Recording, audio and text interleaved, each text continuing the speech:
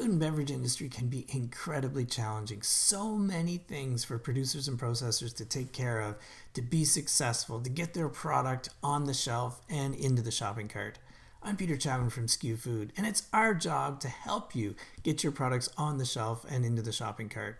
One of the things that we all need to be aware of are different things happening in our industry, and make sure that we're current and that we have all the information we need to have good and prosperous conversations with customers and consumers. Recently in Canada, the Competition Bureau came out with a market study on our retail grocery industry.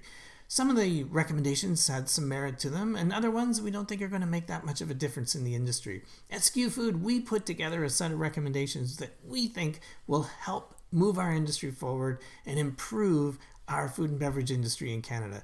The first thing we think needs to be addressed is distribution costs. We need to find a way to offset some of the incredibly increasing distribution costs for producers and processors.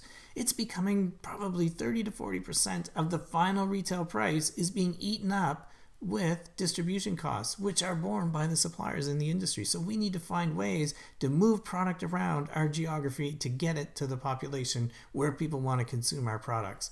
We also believe that we should look at Canadian content rules in food and beverage. We have it in music, we have it in television. Why not food? Look at minimums for Canadian content in certain categories.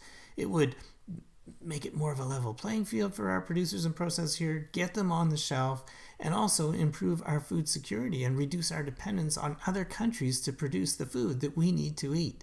The third thing we believe is that we should take a look at the Safe Food for Canadians Act. Trust me, it definitely has made our industry better, but one of the things in it is that products produced in a province can only be shipped within that province unless there's a CFIA licensed facility. Well, that's fine if you're in a big market like Ontario or Quebec or BC, but if you're in the Prairie provinces or one of the Atlantic Canada provinces, that makes it really difficult to develop a food and beverage product because your market size is so limited at the beginning. We believe that we should be looking at the prairies as a region, we should be looking at Atlantic Canada as a region, and perhaps include the territories in that prairie region as well, or the Yukon with BC, because then producers and processors have a bigger market size to be able to try to work with their products and make it more of an equitable playing field. We also believe that we should look at tax breaks for Canadian food and beverage businesses that have been in business for certain longer periods of time. We need to keep these people in our industry. We understand why they would want to sell to one of the big producers or processors, but we need more diverse and different companies within our food industry. So if it's a better rate of return for all the hard work that they put in, then perhaps we should explore some of these things. We also know that we have a lot of regulations for food safety and labeling within Canada, which again makes our industry stronger, but we need to make sure that our Canadian producers and processors are on a level playing field with products that come into the country. So we need to hold importers of record accountable to make sure that the same food safety and labeling standards are being applied to products coming into Canada. We also know that there's been a lot of work done on the Industry Code of Conduct. We need to make sure that this gets implemented. There are laws for doing business in Canada, which are great, but where we see the breakdown is when there is a dispute, the balance of power really lies with the retailers. So we need to make sure that there's an equitable process within that Industry Code of Conduct to make sure that suppliers and retailers have a fair shake at a resolution to a dispute if one occurs. A couple of the recommendations that were discussed by the Competition Bureau we think have merit.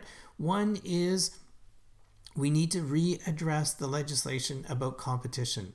We know that mergers and acquisitions, the consolidation in the retail end of the business really makes it more difficult for the rest of the stakeholders in the industry.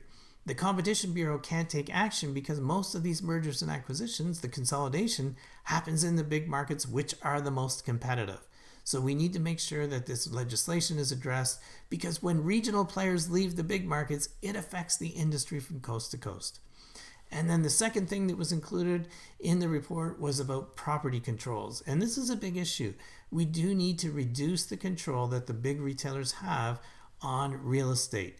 And when they have leases that prevent others from opening specialty stores or other food businesses within a certain real estate that they've made an investment in, it makes it very difficult to get different things happening within the industry. It makes it restrictive to competition for small to medium-sized retailers, specialty stores, that kind of thing to open up, because the large retailers have exclusivity for selling food and beverage on the certain piece of land. That needs to be readdressed to allow small to medium-sized retailers to get going.